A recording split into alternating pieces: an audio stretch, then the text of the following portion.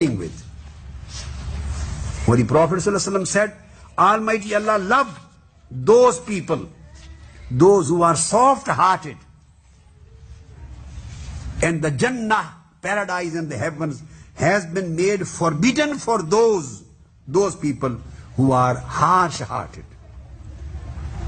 Abdullah ibn Mas'ud narrates from Holy Prophet, Hurrima alan-nari kullu hayyinin sahlin qareebin minan nas. He said the hellfire has been made forbidden for those who are mild and soft-mannered. They will never enter into the hellfire. They will never enter into hellfire. And those who are even-tempered person, and the people who is close to people, those who are very soft and kind, and people feel themselves close to him.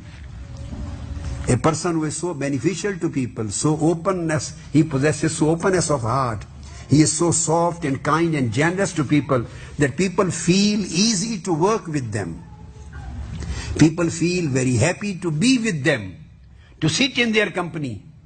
So if you have such kind of soft heart and open breast and open behavior and kindness and mildness and softness and generosity and compassion and mercy in your personality, that people feel very happy and easy while they deal with you, while they sit in your company. Holy Prophet said, this kind of person will never allow to be entered into hellfire. Even if he committed some sins, Almighty Allah will forgive him. Even he committed some sins, because this act of softness, act of good moral behavior, act of kindness, act of generosity, act of benevolence, itself is a kafaratul dhunub. It itself is repentance. Without asking for forgiveness by words, "Oh Almighty God, please forgive my sins." Without performing this supplication formally, since you are doing good and you are acting benevolently and generosity, and you are doing kindly and softly with the people, your act of softness and kindness itself has become repentance of your sin for the life. Some people, a group of Jews came to Holy Prophet ﷺ, and they said some bad words. They prayed against the bad words which were praying against him. They said, "Death be on you, O Prophet Muhammad." Hazrat Aisha radiyallahu ta'ala anha, his holy wife, was sitting next to him. She wanted to reply them in the same way. Holy Prophet ﷺ stopped her. As Aisha herself reports the hadith, he stopped her. She says, "Ya Aisha, inna Allah rafiqun yuhibbur rifqa fil amri kulli." O Aisha, be soft. Even in reacting, be soft. God is very gentle and kind and very soft. And He loves all those people who are gentle, kind and soft in everything. Even to your enemies. And Holy Prophet was reported, this hadith is narrated by Abu Hurairah radiyallahu ta'ala anhu, and it is reported by Imam Bukhari, Kitab al-Sahih.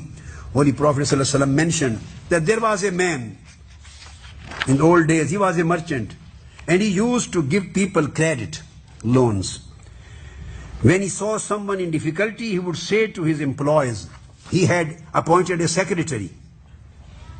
And when that person died, Almighty Allah asked him, "Do you have any good deed which you may bring in front of me?" He said, "No, O God, I couldn't perform any good deed." Almighty Allah said, "Just remind, maybe you perform some good deed." It is in Sahih Bukhari. He said, I couldn't perform any good deed. Almighty God said, "No, Joe, I give you more time. Just think about your life. Maybe you perform some good deeds." He said, "I haven't performed any good deed except that I used to give the loans and credits to other needy people, and I have a young servant, my secretary, and I used to, after loaning the money to people, I used to send him to collect the money from them." He said, and I would say to him at the time when I used to send him to collect the money, I would say to him that take that which is easy for them to give back and leave that which is difficult for them to pay. And overlook them. Maybe if we overlook them, maybe God overlooks our faults. He said, this is the only act which I can think if it can be considered as an act of piety in my life. Nothing else. Almighty Allah called the angels of heavens. He said, take him and send him to the heavens, paradise. Because if he overlooked the faults of others, I am God. I have overlooked his faults. I have forgiven him. So this is the basic Islamic character. This is Islam and this is Iman and this is Ihsan. This is how God and Holy Prophet ﷺ wants us to be and to behave in human society and to deal with other people. And just in the last, if you